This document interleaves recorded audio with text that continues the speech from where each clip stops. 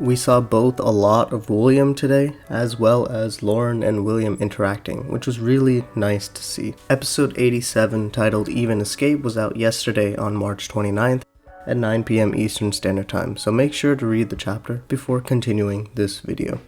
Also, do not discuss any FastPass or stream material in the comments down below. And as always, there are timestamps for you to skip around to whatever section interests you more. Now, let's begin.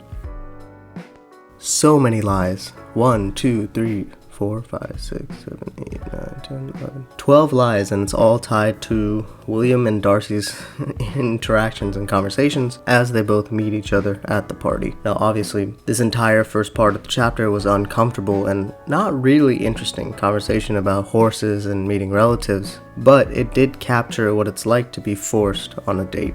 It's cool that we got to see a different take from our first introduction to the story and to Lauren's character, as we see how William is very in character when trying to be pleasant and respectful, even if you can't stand it. Darcy is pretty cool with these fast reflexes. I mean, not everyone can catch that glass like that, right? I mean, who is this Darcy? Now Darcy and Lauren seem to have a really nice dynamic, and I hope that next time that we see both of them again, maybe in the streets, they'll continue this fun interaction. But 12 lies. It completely flooded the opening with this bright red text. And I found that it was interesting because this was more in our face compared to Lauren and Mr. Evans, because Lauren's lies don't get detected by her own ability, so her lines still are as black as anyone else's. Even if the conversation between William and Darcy is very superficial, they're both attentive to the words that are being said, and they're actually having some form of back and forth. While with Lauren and Mr. Evans, well, Lauren just completely ignored him and zoned out. We know Lauren does that pretty often, even while she's on her job, so that's why it has a completely different feel now that we're seeing it 80-some chapters later. The iconic balcony scene where two characters get away from the party to talk about their feelings and whatnot. I've seen it done many times. The most recent was with my reread of the early parts of Berserk and part of the last core of season 2 of ReZero. Nothing groundbreaking, but it was definitely nice to have more of Lauren and William, since our last notable time with them was all the way back when they took on the shoplifter. And I don't really count the time when Will sent Lauren to the nurses, because Kim was there as well, and it was a different dynamic. It makes sense that Kim doesn't want to come to these kinds of events because she would rather be at home with her parents to ring in the new year. Yes, she is very lively in public, but that's not Kim when she's at home and by herself. And Lauren's grin about keeping your secrets to William was quite cute, actually. I'm very happy that she's not prying into their special moment like that, and it kind of shows the boundaries they have even as friends.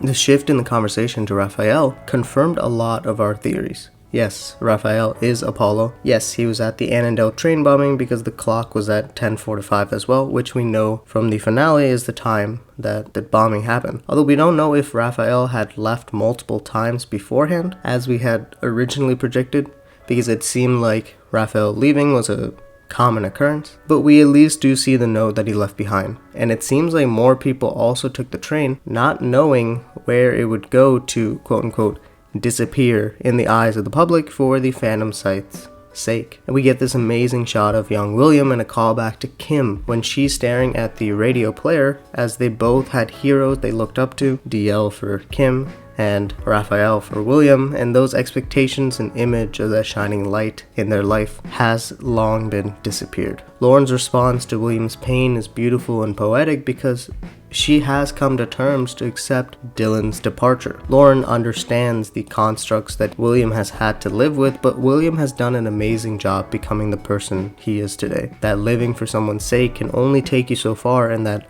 living your life will be for them as well. Moving on from losing someone you care of both physically and mentally is just a part of what it means to be human. As we ring in the new year, we end the chapter with Dakin and Tristan.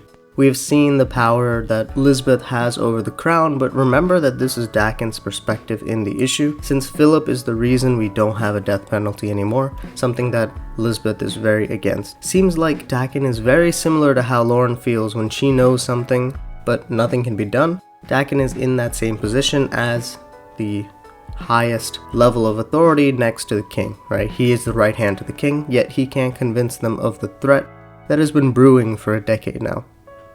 Now, the last two panels were a little confusing to me. Is Dakin saying that the royal family has ordered hits on people even when the death penalty is not allowed anymore? And if so, was it those people in the South Beach in Great Chapel that we got the last time we saw Dakin in a formal setting? Or is it a new scenario that we're getting for the last section of season 2? Or is it just something reminiscing in the past since King Edward, right? Edward was the father. I think King Edward did allow for executions and whatnot, so maybe they're reminiscing about the past. I'm a little unsure of what to make of this, but hopefully the next couple of chapters will clear it up. A very, very solid chapter that gives us a lot to think about, like most episodes of Purple Hyacinth, but that is all for the video. Thank you so much for watching, and I will see you all in the next one. Peace.